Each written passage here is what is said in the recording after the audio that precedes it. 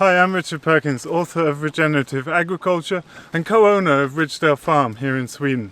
Welcome to this mini-series about profitable regenerative agriculture that we're hosting as we warm up for the annual release of the Regenerative Agriculture Masterclass. In today's video I want to share a little bit about our approach to grassland ecology and how we've used the various species of animals here in timely interactions through holistic planned grazings to radically transform what was once the worst pasture in the village. So we see a great tree in the forest and it seems very stationary, nothing's really happening.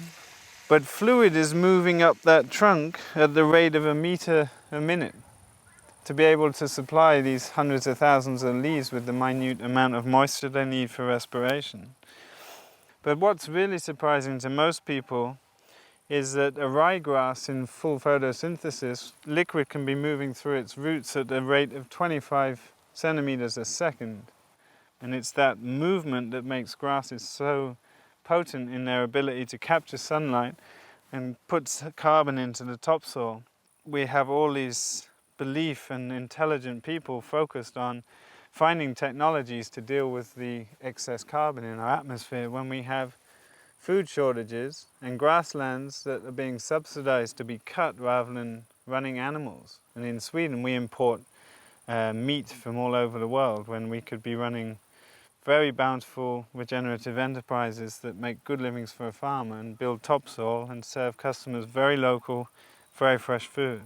Coming from England, where I grew up in mixed farming, small fields surrounded by hedgerows and people doing small intensive mixed farms, that was really the sort of context with which I always approach farming. Here you have the opportunity to see what the soil is like before we've come along doing the farming practices we have, and we're going in a moment to look at the Keyline rips. They did a cut through places we've keylined. You see here we've got about 14 centimeters, would you say? Down to here? Not very far, we can measure it perhaps. Nearly all the root activity is happening in the top 15, maybe 18 centimeters. But that's how thin the topsoil is here, where we haven't worked the ground. What we've done in this field is pulled the keyline plough through twice, and we've been planning our grazing. We see immediately that the topsoil is down to somewhere here, and the roots are obviously much deeper. Let's measure that. So this is the result of having animals, but we're down at 40 now. And you see it's quite homogeneous. It's not like you can see where a keyline plough shank went through. It's homogeneous all over. So it could benefit from one more keyline plough. I just feel like it's unnecessary at this point, in the same way that using a board fork just won't be necessary in our gardens, probably even now. It's like, you know, we can pull carrots out of the ground without digging them. It's like, do we actually need the board fork? And that would be the same with the keyline plough. It's like we've got active topsoil and roots down 40 centimeters. We don't actually need to improve that in any way. You know, we're 25 centimeters better off than we were 3 years ago. So what's the point? If I look at nature, I see everything is looking after its own needs in the service of all. Everything is patterned to be of benefit to the whole, but not without taking care of its own needs first. I'm really inspired to spend time in nature watching the ecosystem here develop. Every time you bring a species to a piece of land, you create the habitat for 7 more. And this place we now have 2 species of nesting birds of prey. I've seen wolves here on the farm, I've seen beavers, I've seen elk most weeks of the year. We've become a little island that nature's moving back into because we're not sprayed and we're not bare ground. We're creating a habitat whilst producing amazing diverse food, and that inspires me a lot when I wake up every day. Right now it's had about 30 days recovery and it's up at knee height. And what we did when we came through before is really trampled a lot of material on the ground. Now, a lot of people would see that as waste. But there is no waste in nature. By laying that material down, we're just investing in the next swathe of grass and the future of the carbon bank of our farm. And it's glorious to see.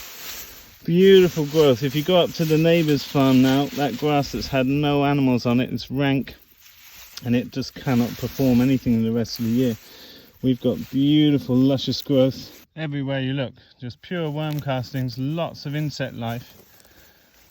eggs of insects, and this is beautiful to see. We've got 5 or 6 true leaves and they're yellowing off at the bottom, so this grass is safe to graze. It's become amply evident that this stuff works, folks. It's easy, anyone can do it. It's about observation, timing, and a bit of planning and replanning whenever necessary.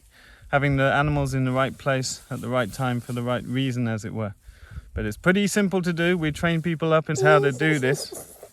And many of our past students are doing a wonderful job too. It doesn't take many years to turn around damaged grassland.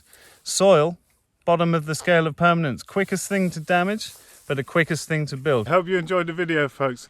Holistically managed grazing is a key part of regenerative agriculture in my mind, which is defined in its simplest terms as carbon storing agriculture. Things that capture carbon from the atmosphere and put it back in the soil to drive the soil food web in the way nature intended. Now that you've had a glimpse of a few of the enterprises out of 13 that we show you about how to run in the Regenerative Agriculture Masterclass, I want to tell you a bit about the other parts that are required to make a profitable small farm work.